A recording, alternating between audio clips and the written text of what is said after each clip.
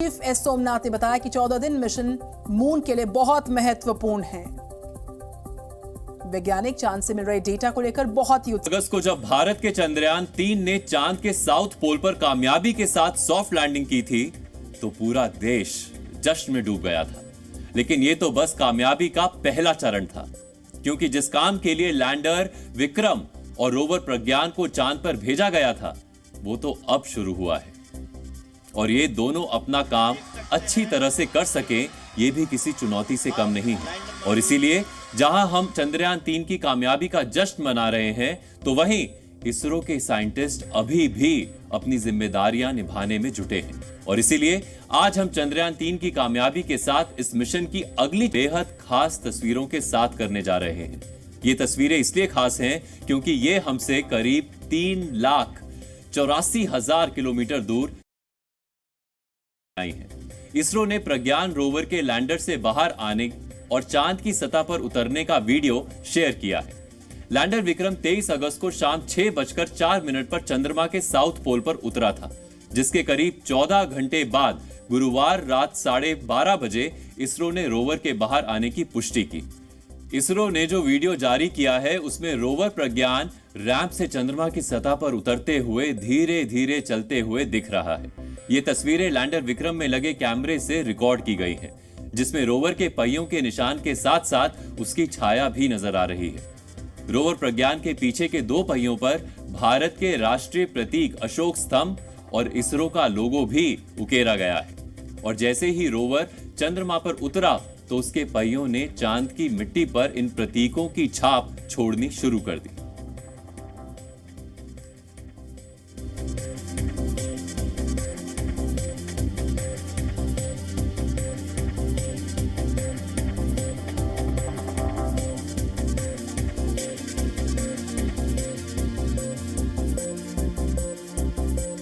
करीब 1 सेंटीमीटर पर सेकंड की रफ्तार से चल रहे प्रज्ञान ने चांद की सतह पर आते ही सबसे पहले अपने सोलर पैनल खोले और अब ये अपने आसपास की चीजों को स्कैन करने के लिए नेविगेशन कैमरास का भी इस्तेमाल कर रहा है।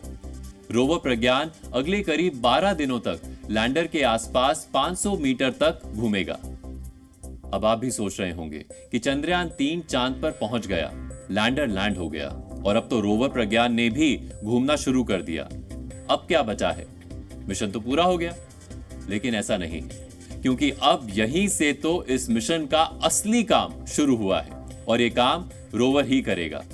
दरअसल रोवर प्रज्ञान अपने नाम की ही तरह बेहद स्मार्ट है। उसे इस तरह डिजाइन किया गया है ताकि वो चांद की सतह पर चल सके, सैंपल कलेक्ट कर सके और खुद ही नेविगेट भी कर सके। यानी रोवर प्रज्ञान एक ड्राइवरलेस कार की तरह है और वो चांद पर खुद ही ड्राइव करेगा और इस दौरान वो खुद ही फैसले लेगा कि कहीं सामने कोई क्रेटर या गड्ढा तो नहीं है, सामने कोई बड़ी चट्टान तो नहीं है, और अगर है तो क्या वो उसे पार कर पाएगा या नहीं। और इसे तय करने के लिए प्रज्ञान में 2 बहुत ही स्मार्ट कैमरे लगाए गए हैं। इन्हीं कैमरे की मदद से रोवर सामने मौजूद चीजों का एक 3D मॉडल बनाता है और फिर उनकी मदद से ही वो नेविगेट कर रहा है। ये तो हुई रोवर के चलने की बात, लेकिन अब दूसरा सवाल यह है कि आखिर रोवर करने क्या गया है। जाहिर है वो चांद पर सिर्फ सैर करने तो नहीं गया है। इसका जवाब है पानी। दरअसल पानी ही वो सबसे अहम चीज है जिसे ढूंढने के लिए ये मिशन भेजा गया था। इसके अलावा भी वहां कई दुर्लभ और महत्वपूर्ण चीजें मिलने की संभावना है, जैसे वहां यूरेनियम, प्लूटोनियम, गोल्ड जैसे कीमती या दुर्लभ मिनरल्स मिल सकते हैं।